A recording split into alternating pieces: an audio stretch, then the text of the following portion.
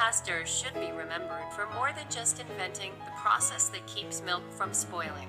Louis Pasteur was one of the giants of modern science. It's because of Pasteur that we worry about whether food is pure, that medical instruments are sterilized, and ultimately that antibiotics and vaccines even exist. He came up with the underpinnings of modern biology and germ theory, and in the process, he saved millions of people's lives.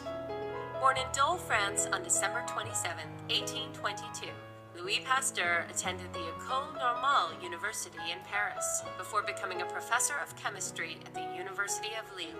In 1854, he began studying the problem of spoilage with beer, wine, and milk. He proved that the reason these beverages are spoiling was because bacteria and other microorganisms were coming in from the outside air. He developed a process called pasteurization, where these liquids are boiled and then cooled, thereby getting rid of the bacteria and microorganisms. When you say pasteurization, most people are linking it to milk or to food products, but actually it has much more long-lasting consequences. For example, we pasteurize medical instruments, which prevents the spread of disease. Pasteur realized that if germs were the cause of fermentation, then they could also be the cause of contagious diseases. It is because of his research that we now know to wash our hands to prevent getting sick. Before the development of germ theory, surgeons and doctors didn't think that something as tiny as a germ could actually hurt something as large as a human being. So they often didn't even wash their hands before cutting into people. And in those days, surgery was often a death sentence. It's through Pasteur's work that people understood that these infectious diseases were caused by bacteria as well as fungi that were coming in from the environment and invading the body. Despite skepticism from the medical community, Pasteur continued with his research on germ theory. Eventually, he not only was able to explain the causes of many diseases, but figured out a way to prevent them. The concept of vaccines wasn't new. Pasteur's unique contribution was to take the actual bacteria responsible for these diseases, weaken it in the lab, and then reintroduce it as a vaccine in susceptible people. Some of the diseases that Pasteur's vaccinations were able to cure were anthrax, cholera, TB, and smallpox.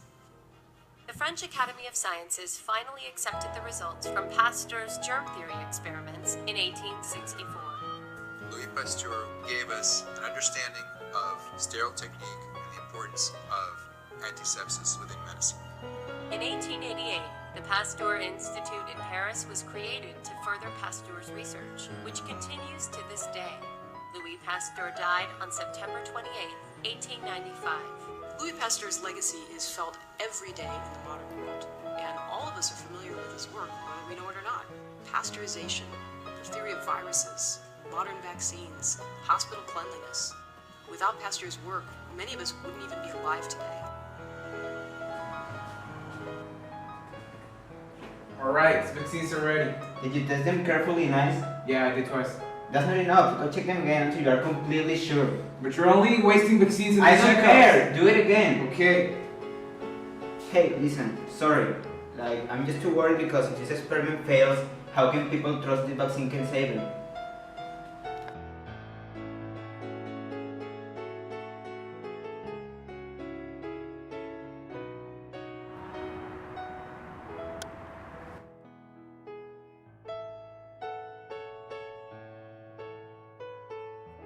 Mosquito had to die for the sake of science.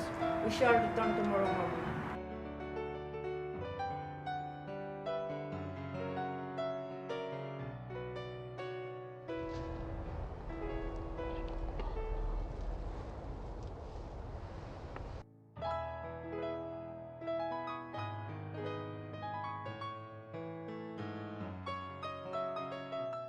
I'm relieved. Now there must be a way for this to work for people also.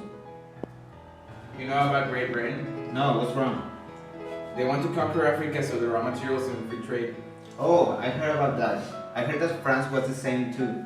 That's true. They want to fight versus Britain for control of the trade. Oh, I heard something about that also. USA joined that as well. Great Britain conquered Singapore, India, and Brunei. And France took Vietnam, Laos, and Cambodia. And USA took the Philippines. But Thailand was the exception there. Britain and France were fighting for it. But then made a deal for Thailand to be the buffer. There was an indirect rule and a direct rule. The indirect rule, I think, was the peaceful way to conquer a country. And the direct route was like the strong way to enter with military and to take the leader out and enter one of your own. Also, I heard European countries made a written conference that recognized British and German claims for territory in East Africa. Oh yeah, and all European countries were fighting to gain control of China and all of Africa.